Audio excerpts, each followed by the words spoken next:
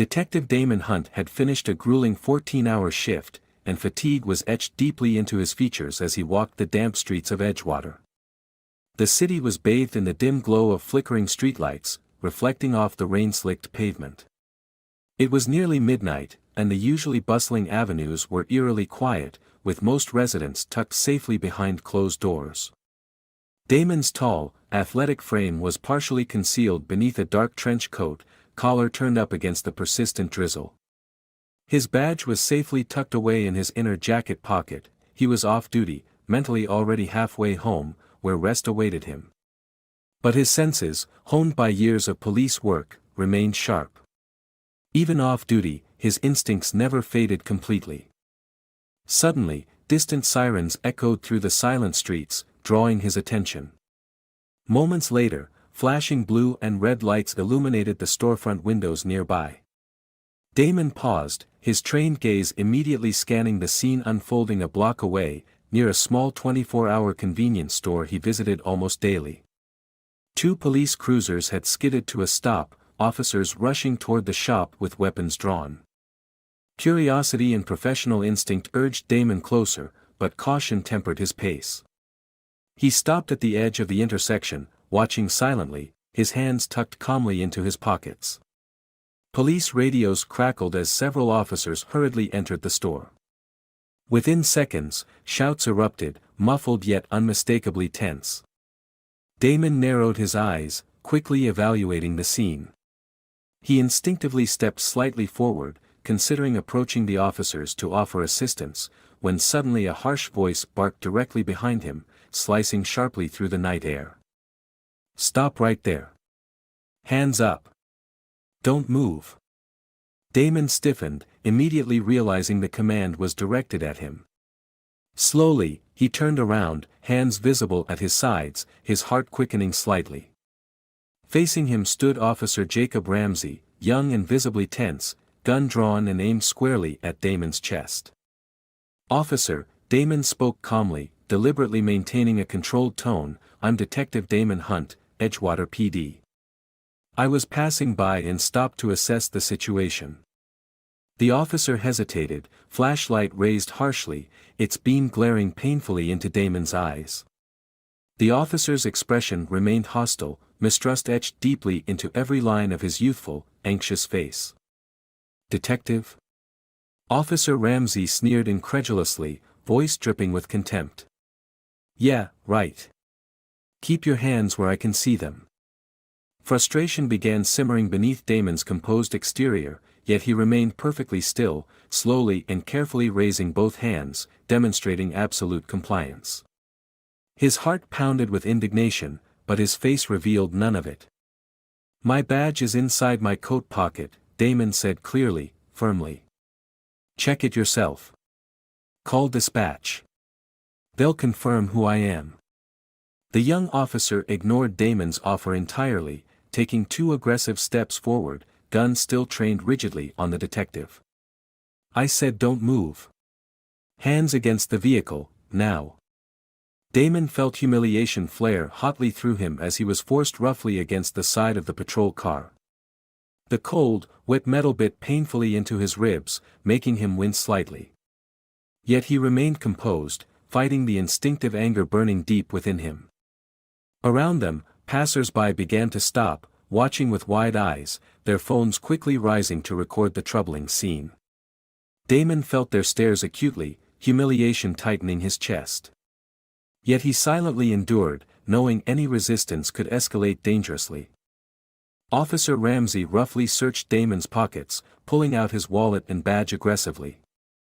As he flipped it open, the realization struck him visibly, his face draining of color, eyes widening sharply with embarrassment and fear as the gold badge gleamed beneath the harsh streetlights. "Detective Hunt." Ramsey's voice faltered weakly, eyes widening in sudden panic. I didn't realize." Damon slowly turned his head, eyes locked onto Ramsey's now pale face. His voice, low and calm, trembled slightly with restrained anger. "You assumed. And your assumption put both our careers at risk tonight." Ramsey stood silently, frozen, trapped between embarrassment and denial. Yet he did not lower his gun immediately, caught between pride and sudden awareness of his devastating error. The tension was abruptly shattered as another police cruiser screeched to a halt beside them. Two officers jumped out swiftly, followed closely by Sergeant Isla Bennett, Damon's trusted partner. Isla's eyes were blazing with anger as she quickly took in the humiliating scene. "Officer Ramsey, stand down immediately," Isla commanded sharply, her voice cutting through the tension. Ramsey stepped back hastily, lowering his weapon, clearly shaken. Isla rushed toward Damon, eyes filled with concern and fury. "Damon, are you okay?" He exhaled slowly, finally allowing the tight tension to leave his body. He nodded quietly. "I'm fine, Isla. Just another misunderstanding." "It's more than a misunderstanding," Isla snapped, eyes hardening further as she turned toward Ramsey. "You just made the worst mistake of your career." Officer Ramsey stood speechless, visibly frightened, his arrogant confidence shattered. The scene around them became increasingly chaotic, with citizens shouting angrily, demanding answers, still filming every painful second of Damon's humiliation. Damon stood silently for a moment, taking in the gravity of what had happened. A deep weariness settled over him, not from exhaustion but from the familiarity of this injustice. He had faced racism before, but never had it felt so personal, so visceral. Yet, beneath the anger, something powerful awakened, a resolve stronger than he'd ever felt before. Turning away from Ramsey without another word, Damon allowed Isla to guide him quietly toward her car. The cold night air brushed roughly against his face, but he felt strangely numb, the weight of humiliation still pressing on his chest. "I'm sorry, Damon," Isla whispered softly, her voice heavy with sincerity. "That never should have happened. You deserve better." Damon remained quiet, breathing slowly, absorbing the intensity of the moment. Finally, his voice broke the silence, calm but deeply firm. "Maybe this needed to happen, Isla. Maybe people finally need to see what's happening right in front of their eyes. If someone like me, a detective, can be treated this way, what hope does anyone else have?" She nodded solemnly, understanding fully what he meant. As they drove away into the darkness, Damon knew clearly this incident was no longer just about him. It had sparked something far greater, a chance to confront injustice openly, decisively, and publicly. It would be difficult, painful, perhaps dangerous, but absolutely necessary. He leaned back in his seat, glancing at his phone as notifications flooded in. The footage of the incident had already spread online, rapidly going viral. The conversation had started, now it was up to him to finish it. Despite the humiliation he had endured, Damon felt strangely resolute. He knew Edgewater, and perhaps the nation, stood on the edge of genuine change, a change he was now determined to lead, no matter what it cost him personally. By sunrise, Edgewater had become a different city. Overnight, the footage of Detective Damon Hunt's humiliating encounter had exploded across social media platforms, rapidly reaching local and national news outlets. The headlines screamed his name, and beneath them were hundreds of thousands of comments, some sympathetic, others outraged, and a disturbing few indifferent or even hostile. In his modest apartment, Damon stood by the window, staring absently at the bustling street below, his phone continuously vibrating beside him on the table. Text messages flooded in, colleagues, journalists, old friends, even distant family members he hadn't heard from in years. His life had suddenly become public property, a symbol in a war he never asked to fight but now had no choice but to engage. A soft knock at his door drew Damon from his thoughts. He turned slowly, walking to open it cautiously. Isla Bennett stood in the doorway, holding 2 steaming cups of coffee, her expression filled with quiet empathy. Without words, he stepped aside, allowing her to enter. "I figured you hadn't slept," Isla began gently, handing him a cup. "It's chaos out there. Chief Langston has called a press conference. The mayor's involved now too." Damon nodded silently, sipping slowly, savoring the bitter warmth. Did Ramsey say anything yet? Just excuses, Isla sighed, leaning against the counter. Claims he felt threatened, reacted defensively. The usual nonsense. But Chief Warren won't cover this up, not this time. The entire nation saw what Ramsey did. They're demanding answers, accountability. Damon remained quiet for a moment, absorbing her words thoughtfully.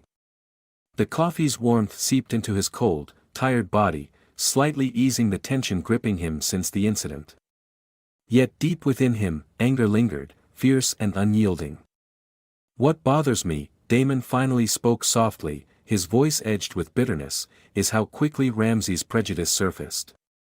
He didn't hesitate to see me as a criminal, even after I identified myself.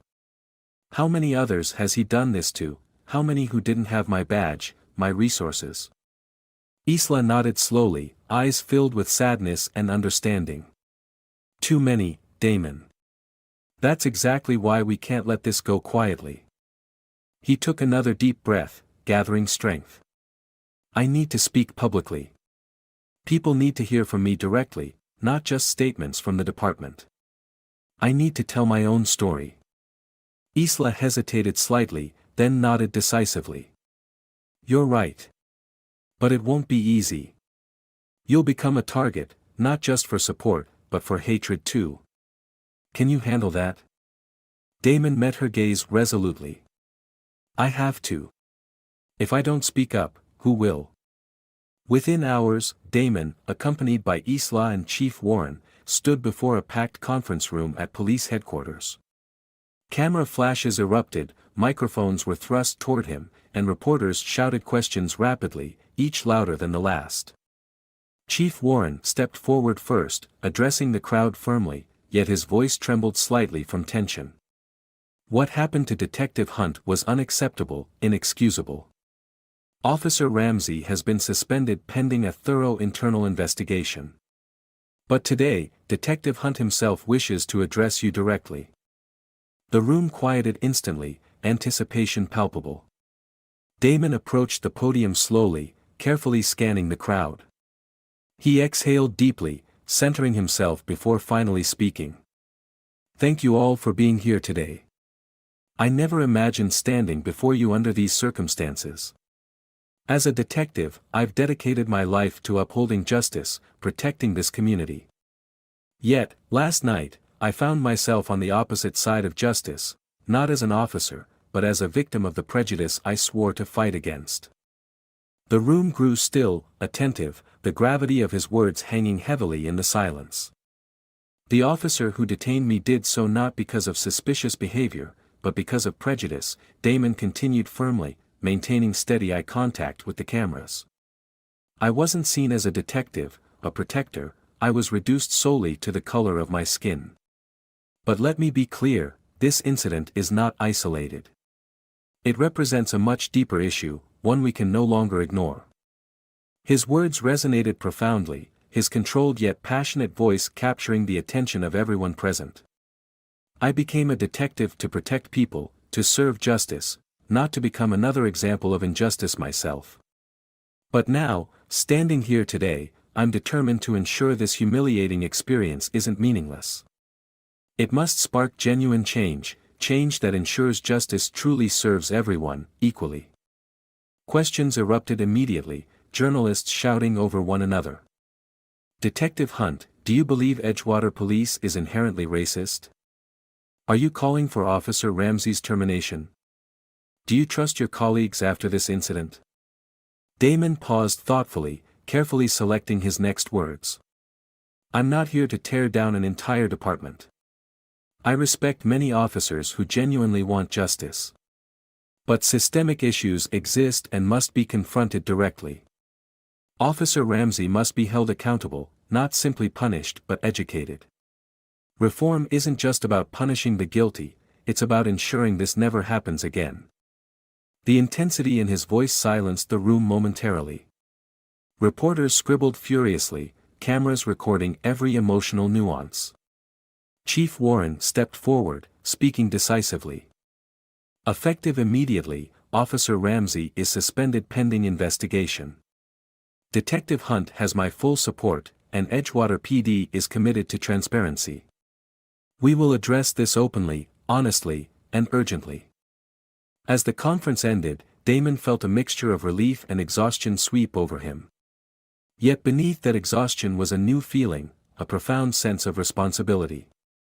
Stepping away from the podium, he felt Isla's supportive hand briefly touch his arm. "You did the right thing," she whispered reassuringly. It needed to be said. The aftermath was immediate. The video of his speech joined the original footage online, going viral with incredible speed. The public's response was overwhelming. Rallies formed throughout the city, peaceful yet determined, demanding deep reforms within the police department. Back in his apartment that evening, Damon watched from his window as crowds marched peacefully below, chanting for justice and accountability. Despite exhaustion, despite the emotional turmoil still churning within, Damon felt something he hadn't felt clearly since the incident occurred: hope. A soft knock drew him back to reality. He opened the door to find journalist Celeste Marlowe standing on his doorstep, holding a thick file of documents, eyes bright with determination.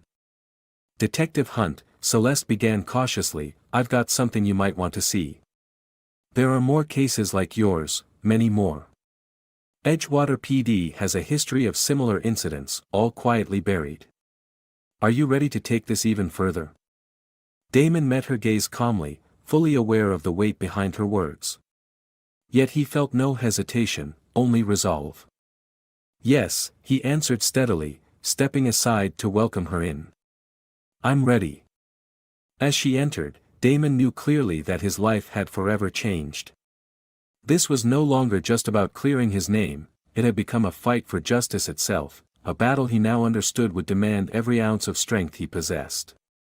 Yet he stood unafraid, determined more than ever to change Edgewater forever. The following morning, the early sunlight poured softly through the blinds of Celeste Marlowe's downtown apartment, illuminating piles of documents spread chaotically across her dining table. Celeste stood at the table, leaning forward, studying pages intently. She hadn't slept since the moment she delivered the documents to Damon's apartment the night before. The evidence was overwhelming, and damning. Detective Damon Hunt arrived shortly after sunrise, knocking gently before entering. He was visibly exhausted, dark circles beneath his eyes betraying the immense strain he felt. Still, he carried himself with unwavering determination. Entering quietly, he approached Celeste, glancing thoughtfully at the mountain of papers. "You weren't kidding," Damon murmured, shaking his head in disbelief as he sifted through the files. Each document painted a grim, repetitive picture of racial profiling, cover-ups, and internal corruption inside the Edgewater Police Department. "This is systemic," Damon murmured gravely, his voice edged with suppressed anger. "These aren't isolated incidents. This is deliberate." Celeste nodded, eyes shadowed by fatigue but still fierce with determination. "Exactly. Dozens of cases dismissed, charges fabricated, witnesses silenced. And every single victim was Black or Latino. They've been burying this for years." Damon's jaw tightened painfully. He knew there were issues, but the depth and calculated cruelty of the situation hit him harder than expected. It was a betrayal, not just of him, but of the entire community he'd sworn to protect. Suddenly, a firm knock sounded again at the door, startling them both. Damon instinctively tensed, stepping protectively in front of Celeste. "Expecting someone?" "No," Celeste answered cautiously, worry etched in her face. She approached slowly, checking through the peephole before exhaling in relief. "It's Isla." Opening the door quickly, Isla Bennett stepped inside briskly, her face pale, expression grimly serious. Without preamble, she placed another envelope on the table, her eyes filled with a complex mix of fear and resolve. "I think they're on to us," Isla said quietly, voice slightly shaking. "Captain Langford just called me into his office. He started asking questions about your activities, Damon, and about Celeste's article. He wants this silenced." Damon exchanged a meaningful glance with Celeste, instantly understanding the dangerous implications. Langford wasn't just trying to bury the scandal, he was prepared to actively silence anyone involved. "Isla, you need to be careful," Damon warned gently. "They know we're digging deeper. You're risking your career by standing with us." Isla's eyes flashed defiantly. "I know the risks, Damon. But I won't stand by silently, not anymore. If we don't expose Langford now, nothing will change. He'll bury all of this again." Celeste quickly began organizing the documents. "Then we need to move fast. Once these allegations become public, they can't silence us without attracting even more attention." They immediately began strategizing, carefully outlining the plan. Damon would approach trusted members of the city council with the evidence, while Celeste prepared an extensive investigative article detailing each incident. Isla, meanwhile, would secretly gather testimonies from officers willing to break their silence, risking their own careers to support Damon's claims. Over the next several days, tension thickened dangerously within Edgewater PD. Officers whispered behind closed doors, eyeing each other suspiciously, loyalty and allegiances tested openly. Damon found himself increasingly isolated, confronted by angry glares and cold silence from colleagues who saw him as a traitor for exposing their hidden shame. One evening, as Damon left the precinct, 2 officers blocked his path abruptly. Detective Miles Draven, a veteran officer known for his aggressive loyalty to Langford, stepped forward aggressively, eyes narrowed. "You're destroying this department, Damon," he hissed bitterly. "All this media circus, you've betrayed every cop in Edgewater." Damon held his ground, calm despite his pounding heart. "I betrayed no one. Corruption betrayed us all. I won't apologize for wanting justice." Drained yet determined, Damon returned home to find Celeste waiting anxiously outside his apartment. Her face pale, eyes wide with distress. "Someone broke into my apartment," she whispered, visibly shaken. "They took the hard drives, Damon, all my evidence, everything." Damon's stomach tightened painfully. "Did they hurt you?" She shook her head slowly, eyes shimmering with frightened tears. "No. I wasn't home, but they're sending a clear message." He placed a comforting hand on her shoulder, reassuring despite his inner turmoil. "We still have backups. Isla has copies hidden at her house. This just means they're scared. Langford is panicking, which means we're closer to exposing him than ever." Celeste nodded silently, calming slightly under Damon's steady confidence. Still, the attack had rattled them both deeply. They understood now just how ruthless their opponents truly were. Later that night, Damon met Isla secretly at a secluded park away from prying eyes. Beneath dim moonlight, Isla handed him a small USB drive. "This has everything, every file, every case we uncovered, and testimony from officers who spoke anonymously. It's enough to take Langford down permanently." "Thank you, Isla," Damon said earnestly, grasping the drive carefully. "But understand, if you continue down this path, Langford won't hesitate to target you. You're putting yourself in real danger." Isla nodded solemnly, eyes glistening fiercely. "We both chose this fight, Damon. It's our duty." In that quiet darkness, Damon understood clearly what must happen next. They couldn't simply wait for justice, they had to seize it.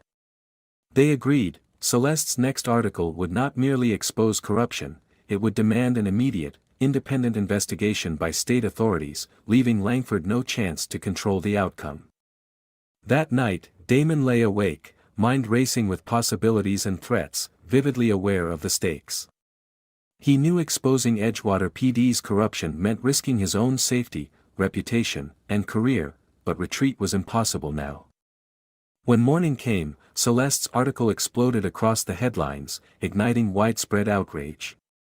Damon's evidence quickly captured national attention, sparking public fury in political action, forcing city officials into a corner. Damon watched as the city he loved began to rise up, united in a demand for accountability. Yet, even amid growing public support, Damon knew the real fight had only just begun. The entrenched forces of prejudice and corruption wouldn't surrender easily, but neither would he. As he stepped outside into the cool morning air, Damon felt the weight of history pressing heavily upon his shoulders. But beneath that pressure burned fierce, unstoppable determination. He was ready, not just for the battle ahead, but for the transformation Edgewater desperately needed. Justice wasn't merely a word for Damon now, it was his mission, his life's calling, and nothing would stop him from seeing it through. The next morning, tension hung heavy within the halls of Edgewater's police precinct. Officers moved quietly, casting cautious glances at Damon as he passed. Suspicion and unease had fractured the department into factions, those loyal to Captain Brian Langford and Officer Colton Ramsey, and those quietly supporting Damon's push for accountability. At precisely 9 a.m., Damon entered the station, his posture straight, his gaze unyielding. Though whispers abruptly ceased as he passed, he felt every pair of eyes on him, some judgmental, others sympathetic. Near his desk stood Isla Bennett, face tense with concern, holding several fresh files close to her chest. She approached cautiously, ensuring no one overheard their brief exchange. "Damon," Isla whispered, glancing nervously around, "we found another victim last night. Marcus Bell, 19 years old. Ramsey arrested him 2 weeks ago, claimed Bell resisted arrest. Witnesses say differently. Bellman's injuries, they're serious. Langford is hiding this incident from public view." Damon's jaw tightened. "Is Bellman still in custody?" Isla nodded gravely. "Yes, and they're keeping him isolated, no visitors. Langford personally signed off on it." Damon's frustration surged. "We need access, Isla. Marcus Bellman might be our strongest chance yet to expose what's happening." Before Isla could respond, Captain Brian Langford appeared from his office, his presence imposing, authoritative. His cold eyes settled immediately on Damon, silently commanding attention. "Detective Hunt, my office. Now." The precinct fell silent, tension thickening. Damon calmly followed Langford, stepping inside the captain's office as the door clicked shut ominously behind him. Langford stood behind his desk, hands clasped, posture rigid. He gestured sharply to a chair. "Sit, Hunt." Damon complied slowly, maintaining eye contact, hiding none of the anger simmering beneath his composure. Langford's expression was rigidly controlled, voice deceptively calm. "This crusade of yours has gone too far, Detective. You're disrupting this department, dividing the force. You're making dangerous accusations without proof." Damon leaned forward slightly, meeting Langford's gaze head-on. "Captain, I've presented nothing but facts. Proof of corruption, systematic racial profiling, violence, cover-ups. This department needs change, and you know it." Langford's eyes hardened dangerously. "Be careful, Hunt. You're crossing lines you can't come back from. I advise you to reconsider before things get worse." Damon's voice lowered, controlled but intensely firm. "Is that a threat, Captain?" Langford paused briefly, calculating his words carefully. "Consider it friendly advice. You've made powerful enemies, Damon. Stop this now, before someone else gets hurt." Damon stood abruptly, voice firm yet controlled. "If you threaten me again, Captain, you'll only confirm everything I'm saying is true. You should know better." Without waiting for a reply, Damon walked out, feeling Langford's angry gaze follow him through the precinct. Isla quickly approached, concerned. "Everything all right?" "No," Damon replied quietly but resolutely. "Langford just made it clear he'll go to any lengths to protect himself. He practically admitted guilt." Isla took a breath, steadying herself. "Then we need to reach Marcus Bellman immediately. He's the witness we need. He saw firsthand what Ramsey and Langford have done." Damon nodded decisively. "Tonight, after shift ends, we get into that holding cell. Hours later, as darkness settled over Edgewater, Damon and Isla returned to the precinct under the cover of night. The halls were deserted, the dim lights casting eerie shadows as they moved quietly toward the holding cells beneath the station. Isla's hands trembled slightly as she unlocked the cell door using a borrowed security card, slipping quickly inside.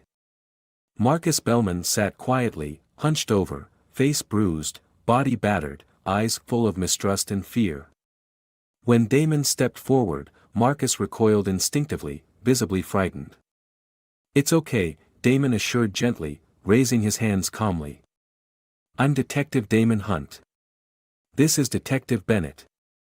We're here to help you." Marcus hesitated, eyes darting anxiously between them. "You're cops. Why should I trust you?" Damon lowered his voice, speaking sincerely, eyes filled with empathy. "Because I've been exactly where you are now, unjustly accused, treated as a criminal, humiliated. Ramsey did it to me, and Langford covered it up. They're doing it to you too. Let us help." Marcus studied Damon closely, sensing genuine sincerity in his voice. Slowly, Marcus relaxed slightly, his tense shoulders sagging. "Ramsey and Langford told me they'd ruin my life if I talked. Ramsey beat me while Langford watched. I never even resisted, but no one believes that. They're lying about everything. Can you testify to that?" Isla asked gently, urgency clear in her voice. Marcus hesitated, fear flickering across his bruised face. "They'll come after me if I do. They'll come after my family." Damon leaned forward, eyes intense with sincerity. "Marcus, we can protect you. Your testimony is crucial. It'll expose them publicly. Right now, the world is watching Edgewater. This is your best chance to fight back, to get justice, not just for yourself, but for everyone they've hurt." Marcus took a deep breath, resolve hardening in his weary expression. "All right. I'll testify, on one condition. Protect my family. Get them out of Edgewater first. Ramsey will hurt them if he realizes I'm speaking out." Damon and Isla exchanged serious glances, silently agreeing. "We'll make sure they're safe," Damon promised solemnly. Exiting the station, Damon and Isla quickly arranged protective measures for Marcus's family, knowing the risk was enormous. Within hours, Celeste's detailed exposé featuring Marcus's testimony and evidence of Langford's cover-ups went live online, igniting outrage across the city. Public demonstrations erupted almost immediately, demanding Langford's resignation and Ramsey's permanent removal from duty. News vans filled the precinct parking lot, reporters flooding the area, citizens rallying together, their demands loud and unyielding. But the battle was far from over. As Damon drove home later that night, headlights appeared suddenly in his rearview mirror. His pulse quickened as the headlights closed in aggressively. Before he could react, the vehicle behind him slammed violently into his car, forcing Damon sharply off the road. His car spun uncontrollably, crashing through barriers, glass shattering, metal crunching violently around him. Pain exploded through Damon's body, his vision blurring rapidly. Through the haze, he vaguely saw figures approaching, heard voices snarling threats, demanding his silence. But before they could reach him, flashing emergency lights illuminated the scene, distant sirens cutting through the darkness. The assailants quickly fled, leaving Damon trapped in the wreckage, barely conscious. As paramedics pulled him from the wreckage moments later, Damon drifted between consciousness and darkness. Yet even through his pain, clarity emerged starkly. He'd been targeted deliberately, violently, because his fight threatened powerful men. In the ambulance, consciousness fading, Damon whispered determinedly to Isla, who held his hand tightly, eyes glistening with fear. "They're afraid, Isla. Afraid we'll win. Don't stop fighting." His words, though barely audible, resonated deeply. Isla squeezed his hand gently yet fiercely, making a silent vow in that moment, no matter the cost, justice would prevail. Though severely wounded, Damon survived the attack, his resolve now even stronger than before. The violence intended to silence him had only ignited an unbreakable determination. The battle was far from over, but Damon Hunt was ready to face it, determined more than ever to expose corruption and secure justice. At any cost, Damon awoke in the hospital to the quiet beeping of machines and the sterile scent of antiseptic filling his senses. Pain radiated sharply through his ribs and head, a cruel reminder of the brutality of the attack. For a moment, disorientation clouded his thoughts, but clarity returned swiftly, bringing with it a wave of determination mingled with deep frustration. Isla Bennett sat quietly beside his hospital bed, her eyes shadowed with exhaustion but watchful and protective. Seeing Damon awake, she immediately moved closer, relief briefly brightening her features. "You scared us all pretty badly," Isla whispered gently, grasping his hand reassuringly. "You had a concussion and broken ribs, but the doctors say you'll recover." Damon nodded slowly, swallowing against the dryness in his throat. "Langford sent a clear message," he rasped bitterly. "They'll stop at nothing to protect themselves." Isla's eyes flashed angrily, yet she remained calm. "They underestimated you, Damon. People are rallying outside the hospital, hundreds demanding justice for what happened. Edgewater PD can't ignore the pressure this time." Damon sighed softly, closing his eyes briefly, contemplating the enormity of the situation. He never sought attention, yet now found himself symbolizing the very fight against corruption and racism he'd always quietly fought behind the scenes. The responsibility pressed heavily upon him. As silence settled between them, the door gently opened. Celeste entered cautiously, glancing quickly toward Damon, relief visible on her face. "Thank God you're awake," she whispered, approaching carefully, holding yet another folder of documents. "I found something," Celeste spoke urgently, placing the folder on the bed carefully. "It's proof Langford and Ramsey falsified official arrest records multiple times, dozens of incidents involving unlawful detention, excessive force, and bribery. If we take this directly to the state attorney, it's enough for a full federal investigation." Damon sat up slowly, ignoring the sharp, stabbing pain through his side. He carefully opened the folder, eyes scanning the pages quickly, anger surging fiercely within him. Each page confirmed what he already knew, the depth of corruption within Edgewater PD was staggering. "Celeste, this evidence, it's exactly what we need." "Langford won't be able to escape justice now," Damon murmured decisively. "But we have to move quickly. Once Langford realizes what we have, he'll retaliate." Suddenly, loud voices erupted from outside the hospital room. Isla stepped cautiously to the door, opening it slightly to see Marcus Tillman, recently released from custody, arguing fiercely with hospital security. Marcus pushed past them forcefully, entering the room, eyes wild with panic and fear. "Marcus, what's wrong?" Damon asked quickly, immediately sensing urgency. Marcus spoke breathlessly, eyes darting nervously. "They found out I talked. Langford's men showed up at my mom's house last night," threatened her.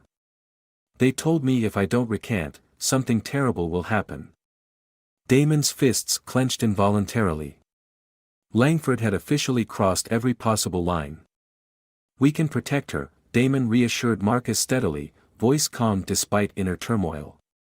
"But you need to stay strong, Marcus. We can't let them intimidate us now. Your testimony will expose them completely." Marcus hesitated, torn by fear yet visibly strengthened by Damon's calm reassurance. "If I testify openly in court, Langford will come for me and my family. Can you promise they'll be safe?" Damon exchanged a quick, meaningful glance with Isla, who nodded immediately. "Marcus, we promise.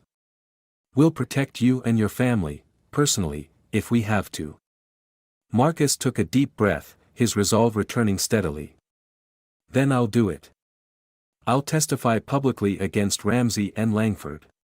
But I need your protection first." As Isla reassured Marcus and arranged protective custody, Damon and Celeste swiftly prepared another public statement. Within hours, Celeste's new article detailing the attack on Damon and the threats against Marcus went live, igniting even stronger outrage across Edgewater. Thousands of citizens flooded the streets, gathering outside police headquarters, chanting Damon's name, demanding Langford's immediate resignation and arrest. Watching coverage from his hospital bed, Damon felt both relief and renewed determination. Despite his physical pain, he understood clearly that the momentum had shifted irrevocably. Langford had severely underestimated Edgewater's citizens and their desire for justice. Yet Langford wasn't finished. Late that evening, the chief himself appeared unexpectedly at Damon's hospital room, eyes filled with quiet menace, yet desperation evident beneath his stern facade. Damon sat up straighter, cautious yet unafraid. "Hunt," Langford began slowly, carefully choosing his words, "this has gone far enough. You've made your point. But you need to understand the consequences. Continue down this road, and you'll destroy your own career, possibly even endanger lives. Is that what you want?" Damon met Langford's gaze firmly, voice calm yet fiercely resolute. "Captain, you lost the right to negotiate the moment your officers decided to silence me violently.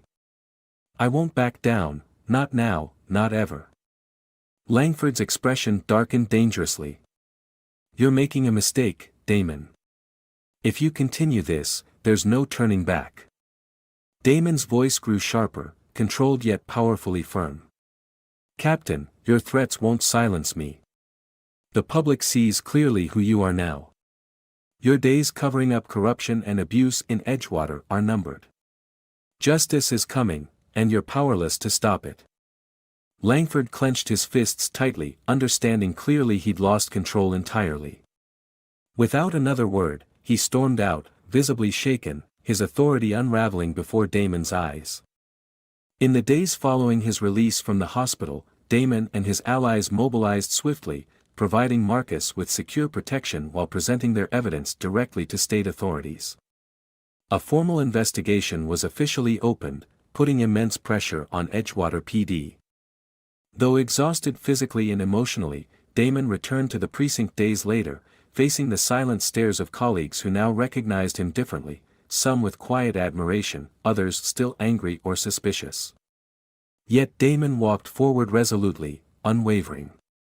At his desk, he found a small note from an anonymous colleague. "Stay strong. You're not alone. We're with you." A faint, hopeful smile tugged at Damon's lips. He knew now, despite everything, he'd ignited change within the department itself. He'd started a fight that couldn't be silenced, and he wasn't alone anymore. Edgewater stood on the brink of something unprecedented, true justice, genuine reform. Damon Hunt, though battered, bruised, and threatened, had become the reluctant but powerful catalyst for this profound transformation. And he was ready for whatever came next. Damon stood silently near the window in the conference room of Edgewater's City Hall, gazing at the gathering crowd below. Hundreds had already assembled, holding handmade signs demanding justice and police accountability. Their chants were faint through the thick glass, yet their message resonated deeply within him, echoing his own inner determination. Today was the city council meeting he had been preparing for relentlessly. Damon knew the stakes were higher than ever. His speech would either accelerate the push for reform or extinguish it entirely, leaving Edgewater trapped once again beneath corruption and injustice. His heart beat steadily, but beneath his calm exterior, nerves twisted uneasily. Isla stood close by, her eyes occasionally darting toward the growing crowd, tension evident in her expression. Beside her, Celeste quietly reviewed the notes for the speech they'd crafted meticulously overnight. Both women had been unwavering supporters, but Damon knew the heavy responsibility rested ultimately upon him alone. The doors suddenly opened, breaking their silent contemplation. Mayor Vivian Carlisle stepped inside, expression solemn yet supportive. The usually composed politician now appeared visibly stressed, clearly understanding the significance of the moment. "Detective Hunt," the mayor began cautiously, approaching Damon carefully, "the city council and I appreciate your courage today. We know how difficult this must be for you, but please understand, you'll have our full support." Damon turned slowly to face her, studying her closely, quietly measuring her sincerity. Finally, he nodded slowly. "I appreciate that, Mayor. But this isn't about me. It's about every person in Edgewater who never got the chance to speak." She nodded solemnly, clearly moved by his quiet strength. "I understand. We'll support your call for an independent investigation. Langford and Ramsey will face justice. This city deserves better." Minutes later, the chamber doors opened, and Damon stepped onto the stage. Bright lights from countless cameras blinded him momentarily. The room was filled beyond capacity: media, citizens, fellow officers, everyone watching intently, aware history was unfolding before them. Damon approached the microphone carefully, glancing briefly down at the notes Celeste had prepared. But instead, he folded them slowly, placing them aside. He spoke from his heart, clearly, confidently, his voice resonating powerfully through the room. "Thank you for being here today," he began softly yet clearly, voice strong and unwavering. "I stand before you as a detective, a man sworn to uphold justice. But last week, justice failed me personally. Officer Ramsey treated me as a criminal, not because of any wrongdoing, but simply because of my race." The audience listened intently, utterly silent, captivated by his sincere intensity. "But this isn't just about my humiliation," Damon continued passionately. "My story has become public, but it's only one of many. I've uncovered a history of systemic prejudice, brutality, and corruption within Edgewater's police department. I've seen evidence of countless innocent people victimized, silenced, threatened, all swept under the rug by those tasked with protecting them." He paused, allowing the gravity of his words to sink deeply into every listener.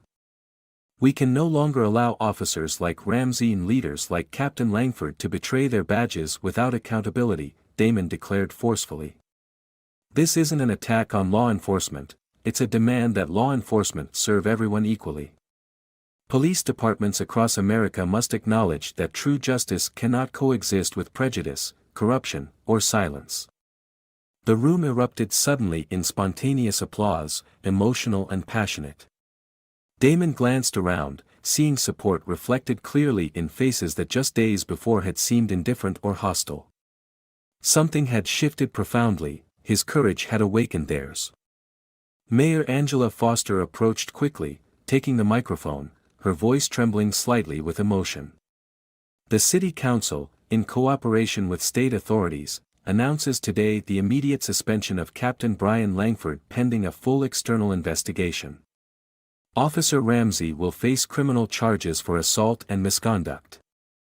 The announcement sent shockwaves throughout the room, applause erupting loudly as cheers filled the chamber. Damon stepped back slightly, absorbing the profound significance of the moment, feeling a heavy burden lifting slowly from his shoulders. Isla and Celeste stood beside him, sharing proud, emotional glances.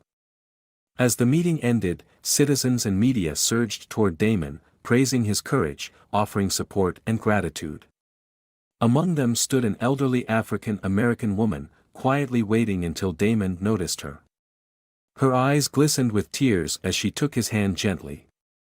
"Detective Hunt," she said softly, her voice thick with emotion, "thank you for standing up, not just for yourself, but for my grandson, for countless others who never had a voice. You gave us hope." Deeply moved, Damon squeezed her hand gently, nodding with quiet humility. "It's your courage, your voice, that gives meaning to my fight. Together we'll make Edgewater safer for everyone." Leaving City Hall that afternoon, Damon felt lighter, yet exhaustion pressed heavily upon him. Isla and Celeste walked quietly beside him, expressions mixed with relief and cautious optimism. "You did it, Damon," Isla spoke softly, pride evident in her voice. "This city will never be the same." Damon paused thoughtfully, glancing toward the now empty chamber behind them. "This was just one battle," he reminded her quietly. "Langford and Ramsey might face justice, but this fight goes deeper. There's still work to do." Celeste nodded in quiet agreement. Your speech has inspired thousands, Damon. We finally have a chance to achieve real reform. You've given the community hope that they can trust police again.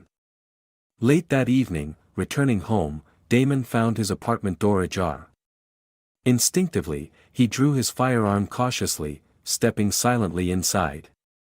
His apartment was ransacked, papers scattered, furniture overturned.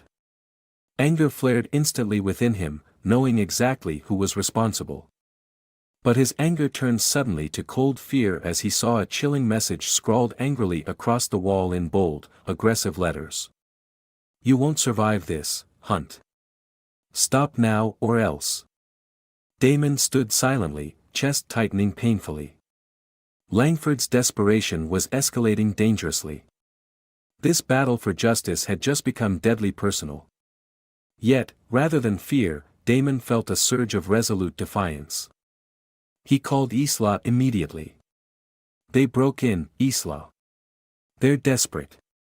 But they're too late. This fight isn't over, it's just beginning. His voice, strong and unshaken, echoed clearly in the silent apartment. Edgewater PD's corruption had tried to silence him, intimidate him into submission. But Damon Hunt would not be silenced, not now, not ever.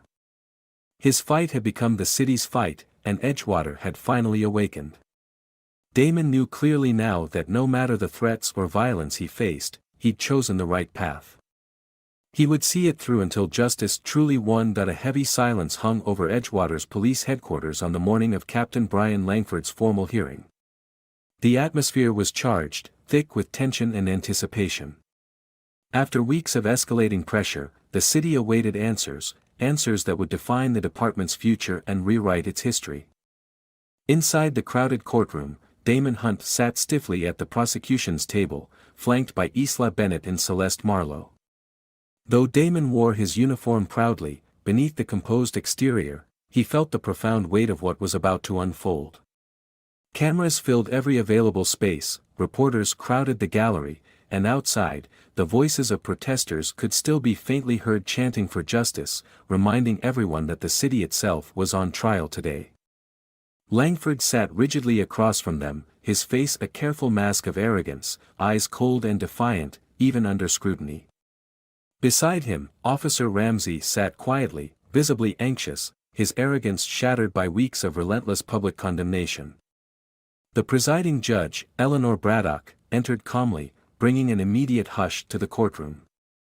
Her reputation as a fair, uncompromising jurist gave Damon hope that justice would finally be served impartially. Court is now in session, Judge Braddock announced, her voice commanding yet calm. This hearing concerns serious charges of corruption, obstruction of justice, racial profiling, and aggravated assault by Captain Brian Langford and Officer Colton Ramsey. Prosecutor, you may begin your opening statement. Prosecutor Miles Jensen rose confidently, outlining in vivid detail the charges against both Langford and Ramsey. Damon listened closely, heart pounding quietly, feeling the immense gravity of finally seeing justice pursued against those who had abused their power. The prosecutor methodically presented evidence gathered by Damon, Isla, and Celeste, meticulously highlighting Langford's direct involvement in covering up multiple incidents of brutality and racism within the Edgewater Police Department. When video footage of Ramsey's assault on Damon was played for the courtroom, a collective gasp of disbelief and anger swept through the audience, reigniting Damon's humiliation yet strengthening his resolve. The prosecution then called Marcus Bell to testify. Marcus entered cautiously, his bruises healed but emotional wounds still evident. He spoke with remarkable clarity, detailing how Ramsey and Langford had falsely accused, brutally beaten, and threatened him. Tears filled Marcus's eyes as he recounted his fear and humiliation, creating profound discomfort within the courtroom. Ramsey visibly sank in his seat, color draining from his face as Marcus's testimony stripped away any lingering doubt. Langford remained impassive, though the tension in his clenched jaw betrayed his rising desperation. Finally, the prosecutor called Damon himself to the witness stand. Damon stood slowly, feeling every eye in the courtroom follow him. He swore solemnly before turning to face the jury, his expression serious but calm. "Detective Hunt," the prosecutor began clearly, "describe what happened the night Officer Ramsey detained you."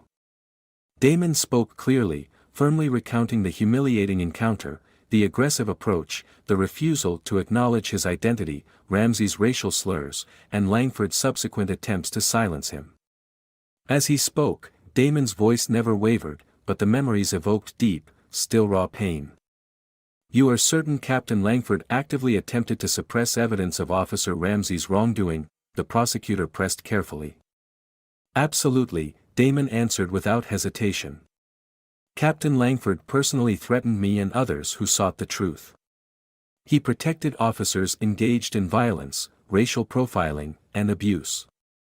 This department, my department, was betrayed by the very person who should have protected it." Langford's jaw clenched tightly, rage flickering openly in his eyes. Damon held his gaze steadily, refusing to back down, finally seeing clearly the fear behind Langford's mask of arrogance. The defense aggressively cross-examined Damon, attempting to discredit his credibility, painting him as a disgruntled officer pursuing personal revenge. Yet Damon remained calm, dignified, providing precise answers that dismantled every accusation effortlessly, reinforcing his integrity to jurors watching closely. As the prosecution rested, Judge Braddock called a brief recess. Damon returned briefly to the table, feeling drained but cautiously optimistic. Isla placed a supportive hand on his shoulder, whispering quietly, "You did brilliantly, Damon. They can't deny the truth anymore." But as court reconvened, Ramsey's lawyer unexpectedly announced that Officer Ramsey wished to address the court. Surprised murmurs filled the room as Ramsey rose shakily, facing Damon directly, eyes filled with genuine remorse. "I'd like to apologize publicly to Detective Hunt," Ramsey began, voice trembling slightly, eyes genuinely remorseful. "What I did was wrong. My behavior was driven by ignorance, prejudice, and fear. Detective Hunt, I'm truly sorry, I'm ready to face consequences and learn from my mistakes." Stunned silence blanketed the courtroom. Damon studied Ramsey carefully, sensing genuine remorse amid fear. Yet before Damon could respond, Langford suddenly erupted in anger, rising abruptly from his seat. "You coward!" Langford shouted angrily at Ramsey, his mask of calm authority cracking violently. "I defended you. You're weak, pathetic." The judge banged her gavel sharply, silencing Langford's outburst. "Captain Langford, control yourself immediately, or I will remove you." Langford glared furiously but fell silent, his authority visibly shattered before the entire courtroom. Ramsey, clearly shaken but resolute, quietly looked back toward Damon, eyes pleading silently for understanding. Damon nodded slowly, acknowledging Ramsey's courage in confronting his own prejudices publicly. Damon realized clearly that Ramsey's public apology represented a deeper victory, true accountability rather than mere punishment. The prosecution's closing arguments solidified the overwhelming evidence. When the jury returned swiftly after deliberation, the verdict was swift and unanimous. Langford was found guilty on multiple charges of corruption, abuse of power, and obstruction of justice. Ramsey was convicted of assault and misconduct, but offered leniency for his cooperation and genuine remorse. As the gavel struck, declaring the verdicts, cheers erupted throughout the courtroom, echoed by jubilant crowds outside. Damon remained seated, quietly absorbing the weight of justice finally served. Outside the courthouse, Marcus Bellman approached Damon hesitantly. "Thank you, Detective," Marcus spoke softly. "You gave me strength. You stood up when no one else would." Damon placed a firm hand reassuringly on Marcus's shoulder. "We did this together, Marcus. Your courage mattered, never forget that." Stepping into sunlight amid celebratory cheers, Damon felt his shoulders lighten. He met Isla's joyful gaze, saw Celeste's triumphant smile, and finally believed that true change was possible. The verdict represented more than punishment, it symbolized a profound shift, a community finally confronting its flaws and embracing genuine reform. Damon understood clearly now that his painful ordeal had served a greater purpose, lighting a path toward justice, unity, and hope.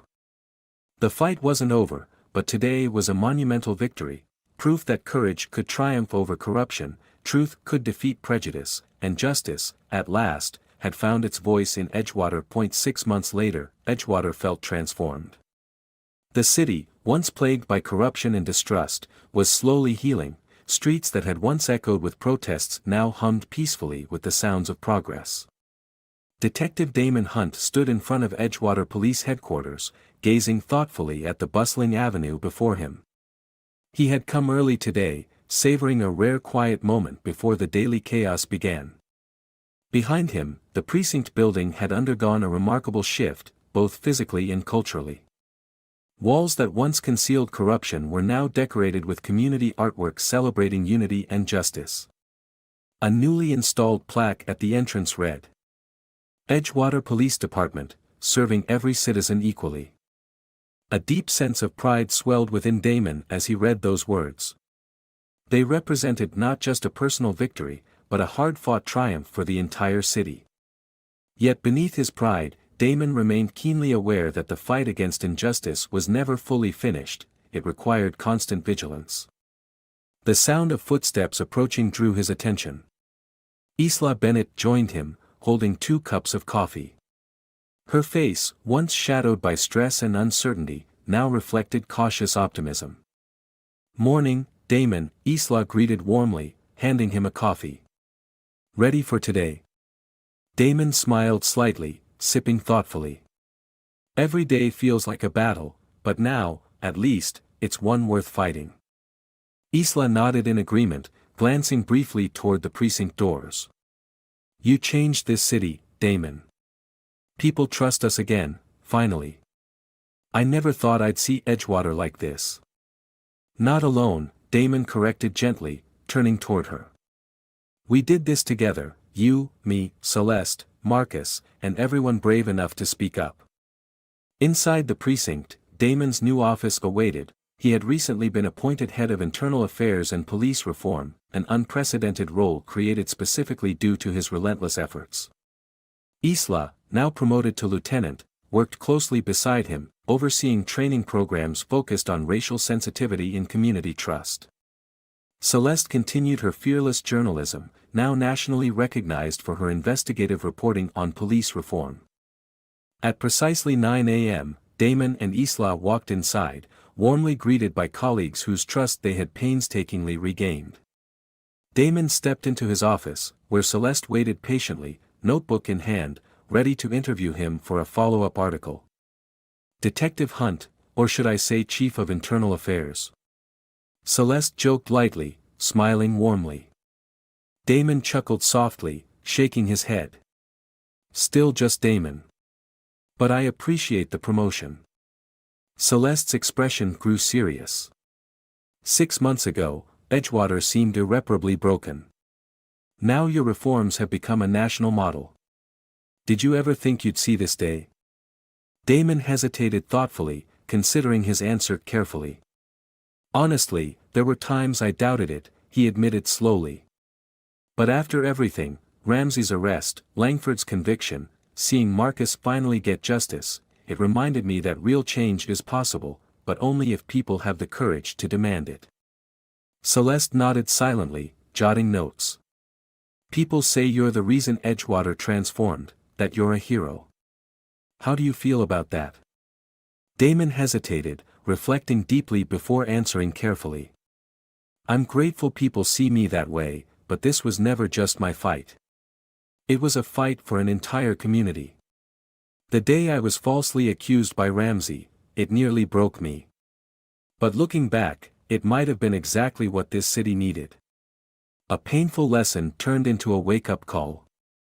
Celeste finished her notes, closing the notebook gently. "You should know, Marcus enrolled in community college last week. He said you inspired him to study criminal justice." Damon felt emotion tighten his chest briefly, pride mixing with humility. "Marcus deserves every opportunity. What happened to him, to us, it should never have occurred." But if it leads to one good cop entering the force someday, that alone makes it worth everything. Later that afternoon, Damon attended a special ceremony at City Hall, where the mayor publicly acknowledged the monumental changes within the department. Standing before hundreds of Edgewater citizens, Mayor Eleanor Braddock declared proudly, "Today, our city honors Detective Damon Hunt, a man who endured injustice and responded not with bitterness, but bravery. Detective Hunt, your courage inspired not only Edgewater but communities nationwide to believe that fairness and accountability are possible. Thank you for showing us the power of integrity."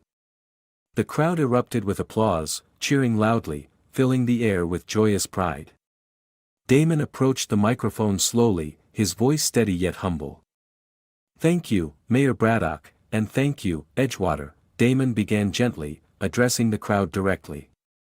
"6 months ago, my badge failed to protect me from prejudice and violence. I felt angry, betrayed, even hopeless.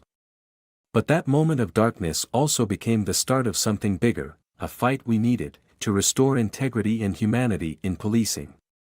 He paused thoughtfully, eyes briefly meeting Marcus's proud gaze in the front row, the young man now confident and hopeful, free from fear. "Our fight isn't over," Damon continued passionately. "The struggle against prejudice, corruption, injustice, it continues every day. But today, Edgewater stands united, proving that together, we can build something stronger. Justice isn't merely about punishing wrongdoers. It's about changing the system itself, ensuring the next generation won't face the same battles." The crowd erupted in heartfelt applause, their cheers reverberating powerfully through Damon's chest. He felt a surge of profound gratitude and responsibility, a commitment to keep fighting, guiding his city forward. After the ceremony, Damon quietly visited Marcus and his family.